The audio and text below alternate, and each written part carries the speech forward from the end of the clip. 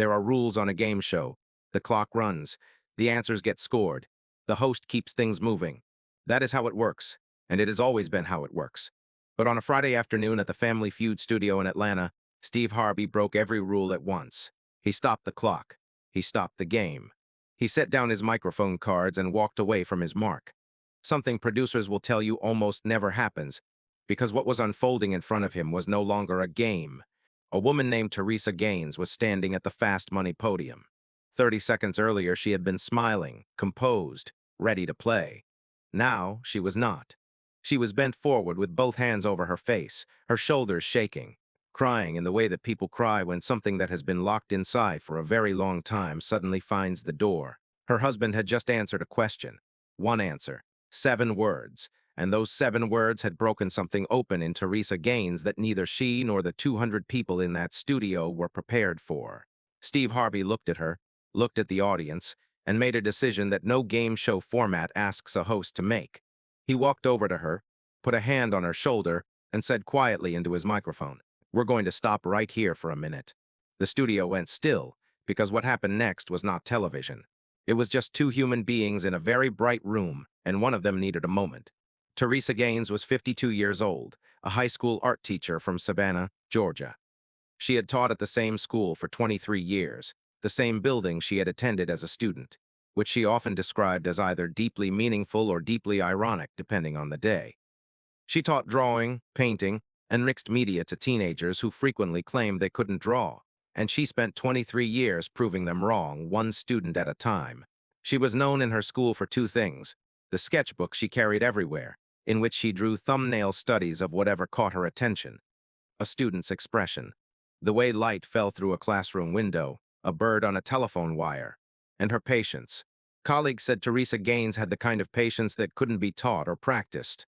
It was simply who she was. She never raised her voice. She never gave up on a student. She once spent 6 weeks working with a junior who was convinced he had no talent, until the day he produced a self-portrait that made his mother cry. She had married Dwight Gaines 26 years ago. Dwight was 54, a construction project manager who supervised commercial builds across coastal Georgia and South Carolina. He was a big, practical man, the kind who fixed things before being. Asked, who read the manual before starting, who showed up early to everything and left last. He had a deep laugh that filled whatever room he was in and a handshake that people remembered. They had 2 adult children, their son Jerome, 24, who worked in logistics in Atlanta, and their daughter Keisha, 21, who was finishing her final year of nursing school in Augusta. The Family Feud team was rounded out by Teresa's younger sister Pamela and Dwight's cousin Andre. 5 people in matching coral shirts, a color that Teresa had chosen and that the men had accepted with minimal complaint. What the audience did not know, and what the producers had not been told, was what the past 14 months had looked like inside the Gaines household. 14 months earlier, Teresa had found a lump. The biopsy came back positive, stage 2 breast cancer. Left side, caught early enough to treat but serious enough that the word itself, cancer, rearranged every priority in the house overnight. The months that followed were a relentless sequence of appointments, infusions, side effects, and the particular exhaustion of trying to hold a life together while your body is fighting something you cannot see. Teresa had taken medical leave from teaching for 1 semester. She lost her hair, which she described in the way she described most things, with clarity and without sentimentality. It's hair. It comes back. I focused on what wasn't going to come back on its own, through all of it. Every appointment, every bad week, every middle of the night hour when fear was loudest, Dwight had been there. He had not missed a single infusion session. He had learned to cook the specific food she could tolerate during treatment. He had sat with her during the appointments when the news was hard and driven home in silence because she needed silence, and he knew the difference between silence that helps and silence that doesn't. He had done all of this the way he did most things, without announcement, without seeking recognition, simply because it needed to be done and she needed him to do it. Teresa had completed her final treatment 3 months before the Family Feud taping. Her most recent scans were clean. She was back in her classroom, back with her sketchbook, back to proving teenagers wrong about what they were capable of. The trip to Atlanta had been Dwight's idea, a celebration, a return to normal, something fun after a year that had been anything but. Teresa had agreed immediately. She had always liked Family Feud. She had always been good at knowing what other people were thinking. What she had not anticipated was that the show would ask her husband a question that would reach straight into the center of everything they had just been through. The Gaines family arrived at the studio in high spirits. Pamela had made a playlist for the drive from Savannah that she described as aggressively upbeat, and by the time they reached Atlanta, all five of them had sung themselves hoarse, somewhere around the third hour. In the green room, they were relaxed and warm, the kind of family unit that clearly liked each other, not just loved each other, which is a distinction that shows up quickly in close quarters. Their opponents were the Vasquez family from Orlando, Florida, a quick, competitive five-person team that buzzed in fast and celebrated enthusiastically. The two families shook hands before the taping with genuine friendliness. Steve Harvey, working both families in the opening moments, noted the coral shirts with approval and spent 2 minutes learning to pronounce Andre's full name correctly, which Andre deeply appreciated. The game was lively. The Gaineses won the first round on a steal after the Vasquez family struck out on a tough category. Dwight was the anchor, measured, confident, giving answers that weren't always the flashiest but were consistently correct. Teresa played with the quick lateral thinking of a person who has spent decades watching teenagers solve visual problems in unexpected ways. They fed off each other well. They earned fast money. As the higher-scoring player, Dwight went first. He stood behind the partition and answered his 5 questions with focus and economy. No wasted motion, no second-guessing. When the partition came down and his scores were revealed, the family had 156 points, a strong number. They needed 44 to win $20,000. Before Teresa went to the podium, Dwight caught her hand for a moment. He didn't say anything. He just looked at her, a long, steady look, and squeezed her hand once. Teresa nodded. She straightened her coral shirt and walked to the podium. Steve Harvey met her there with his warmth turned all the way up. During the pre-show conversation, he had learned that the Gaineses were celebrating. He knew the trip was a celebratory occasion without knowing all the specifics of what they were celebrating. He had the instinct, developed over years of reading people quickly, that there was something meaningful underneath the smiles. But he didn't push. He set up the round simply. 156 points, 44 needed, 20 seconds, 5 questions. Teresa, he said, settling into his pre-round rhythm, before the clock starts, tell me something. 26 years married? What's the one thing you know about your husband that he doesn't know? You know? It was a playful question, the kind Steve uses to warm up a contestant, get a laugh, ease the nerves before the clock. Teresa smiled. That he cries at nature documentaries, she said every single time. The man watched a segment about sea turtles and had to leave the room. The audience laughed. Dwight, visible to the side of the stage, covered his face in theatrical embarrassment. The energy was light and easy. Then Steve Harvey, because he is very good at his job and because he reads rooms the way Teresa reads sketchbooks, shifted his tone by about 10 degrees. Not heavy, just warmer. And what does Dwight know about you? Teresa paused. Everything, she said simply. Dwight knows everything about me. The room went slightly quieter. There was something in the way she said it. Not sentimental, not performed, just factual. The way you state something that is simply true, that shifted the temperature in the studio. Steve nodded. He let it sit for a beat. Then he looked toward Dwight and asked, in the easy, warm way he pivots between people on the stage, Dwight, let me ask you something before we start this clock. If you had to describe Teresa in one sentence, just one, what would you say? It was an off-the-cuff question, not scripted. Steve asks them often, little asides, spontaneous warm-ups, the things that make the moments between the game feel as good as the game itself. Dwight Gaines looked at his wife. He didn't look at the camera, didn't play to the audience, didn't reach for something clever. He looked directly at Teresa, and then he said quietly and without hesitation, she fought like hell and never complained once. 7 words. The studio understood them immediately. Not the specifics, but the shape of them, the weight of them. The kind of sentence that only gets said by someone who has been in a particular darkness with someone, and watched them carry it. Teresa Gaines, standing at the Fast Money podium under the lights, put both hands over her face. Her shoulders dropped forward, and she broke down fully, completely, in the way that people who have been strong for a very long time break down when something they have been holding is finally, gently named out loud by someone who was there for all of it. She did not make a sound at first. She just stood there with her hands over her face, her body folded slightly forward, completely undone. The audience went silent. Steve Harvey looked at her, looked at Dwight, looked at the audience, set down his cards and walked to her. "We're going to stop right here for a minute," Steve said into his microphone, quietly, not dramatically, the way you say it when you mean it. He stood beside Teresa and put a hand on her shoulder. He didn't speak for a moment. He just stood there, which, in a television studio where silence costs money and stillness is never accidental, was a significant thing. After a moment, Teresa lowered her hands from her face. Her makeup had not survived. She was not the kind of woman who appeared to care. She looked at Steve with the clear-eyed composure of someone who has used up a year's worth of composure and is now operating from something deeper and more honest. "I'm sorry," she said. I didn't expect." She stopped, shook her head. "Don't apologize," Steve said. "Don't you apologize for 1 second." He glanced toward the audience, then back at her. "Tell me what's happening. You don't have to, but if you want to, I'm right here." Teresa took a breath. Then she told them. She told them about the diagnosis 14 months ago, about the treatment, about the year that had been the infusions and the fatigue and the fear and the hair and the scans. She spoke concisely, the way someone speaks who has processed something enough to report on it without being swallowed by it. She told them that 3 months ago, her cans had come back clean. She told them that Dwight had not missed a single appointment. Not one. "He drove me to every treatment," she said. "He sat in every waiting room. He learned to cook the 6 foods I could actually eat.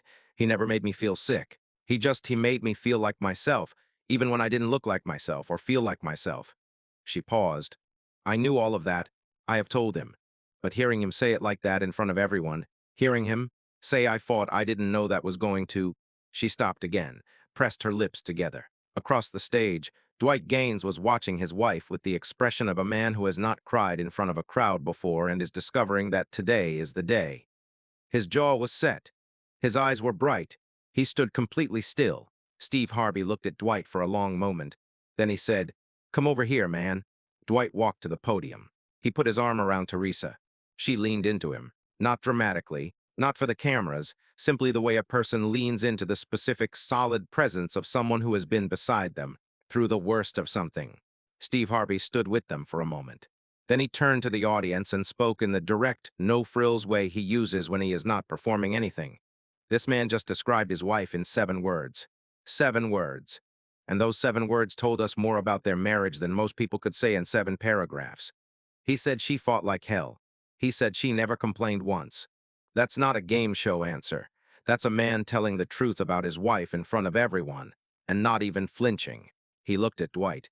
"You know what you are? You're the kind of man that a lot of people in this room wish they had standing next to them, and I want you to hear that." The audience applause started slowly and built quickly, the way it does when it's coming from somewhere real rather than from a cue light.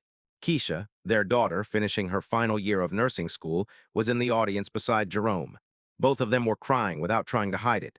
Pamela, Teresa's sister, had stopped filming on her phone and was simply watching with her hand pressed to her mouth. Andre had his arm around Pamela, 5 people in coral shirts, every one of them undone in the best possible way. After several minutes, Steve gently brought the moment to a turning point. "Are you ready to play?" he asked Teresa, "because you've already won something today. But I'd like you to win the $20,000 too." Teresa laughed, a real laugh, the kind that comes out of the other side of tears. She wiped her face with the back of her hand. "Let's play."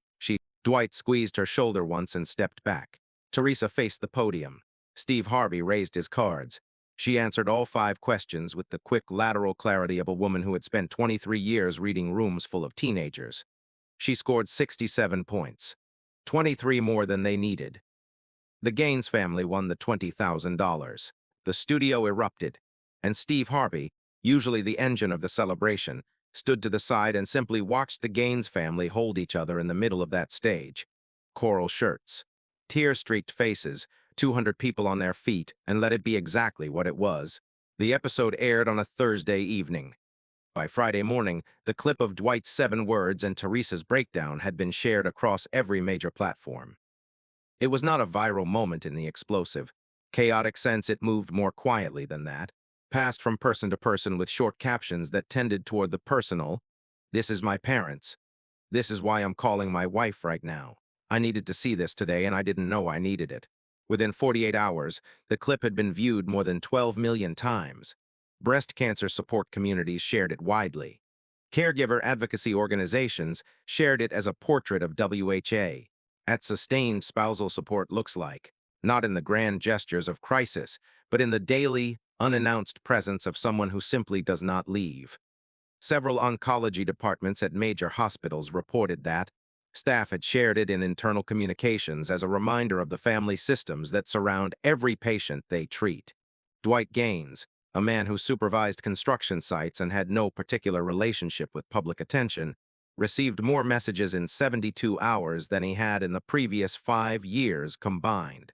Most of them were from women whose husbands had done what Dwight did, sat in the waiting rooms, driven the routes, learned the foods, stayed, and from women whose husbands had not. Both groups found something in his 7 words that they needed. Teresa returned to Savannah and to her classroom. Her students, who, being teenagers, would never directly admit that they had watched the clip multiple times, greeted her on Monday morning with a handmade banner that read Mrs. Gaines fought like hell, which she described as both mortifying and the best thing she had ever received. She had it laminated and put it on the inside of her supply closet door, where she could see it and no one else could. Keisha, their daughter finishing nursing school, wrote in a reflection essay for one of her clinical courses about watching her parents on that stage. She wrote about what it meant to her, as someone entering a profession built on care, to see sustained caregiving named and honored publicly. Her professor circulated the essay, with Keisha's permission, to the rest of the cohort. Several of Keisha's classmates told her later it had changed how they thought about the family, members sitting in waiting rooms, not as background figures to the patient's story, but as people carrying their own invisible weight. 6 months after the episode aired, Family Feud featured a brief follow-up segment. Teresa and Dwight appeared from their living room in Savannah. Teresa, with her hair fully grown back, a detail she acknowledged with characteristic directness. It came back curlier. I've decided I like it better.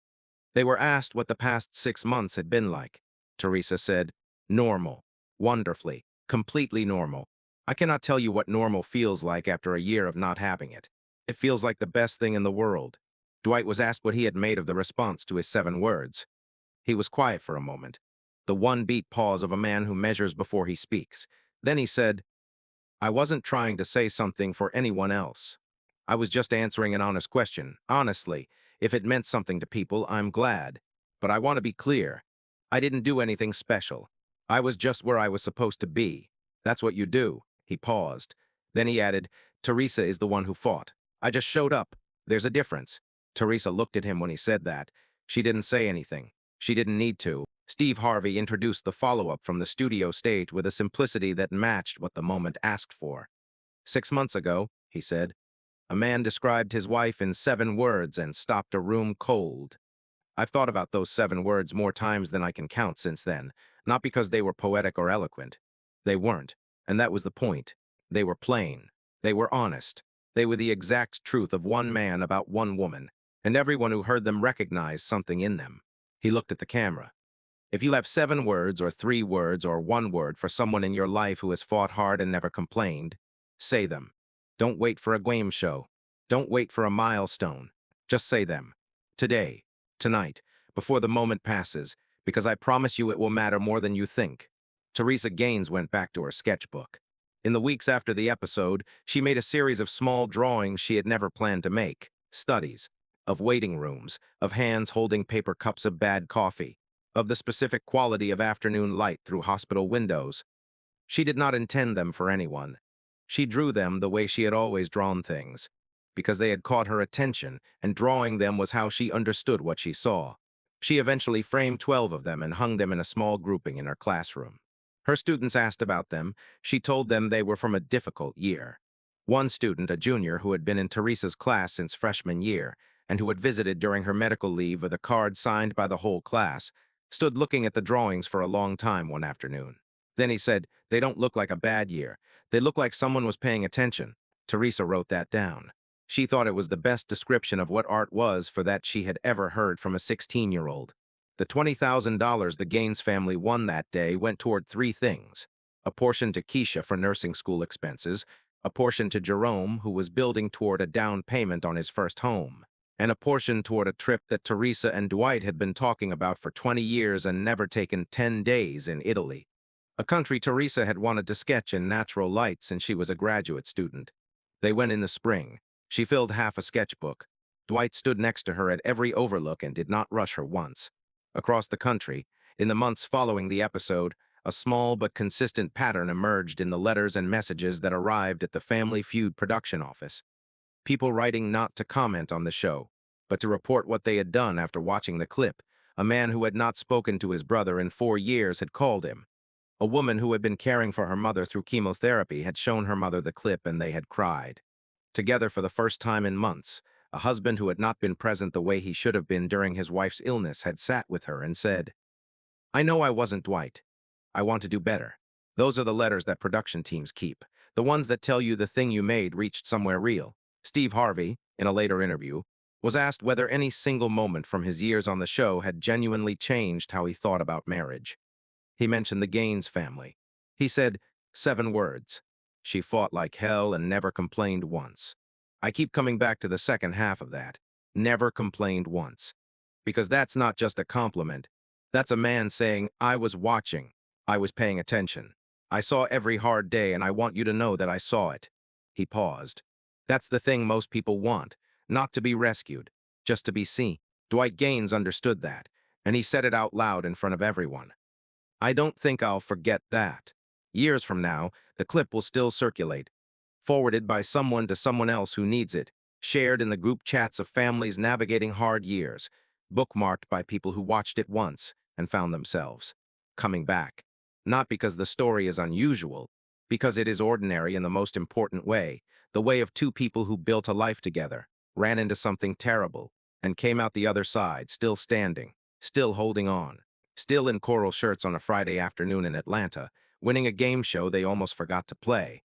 7 words, said plainly, by a man who was just answering an honest question honestly, and a woman at a podium who finally got to hear that she had been seen.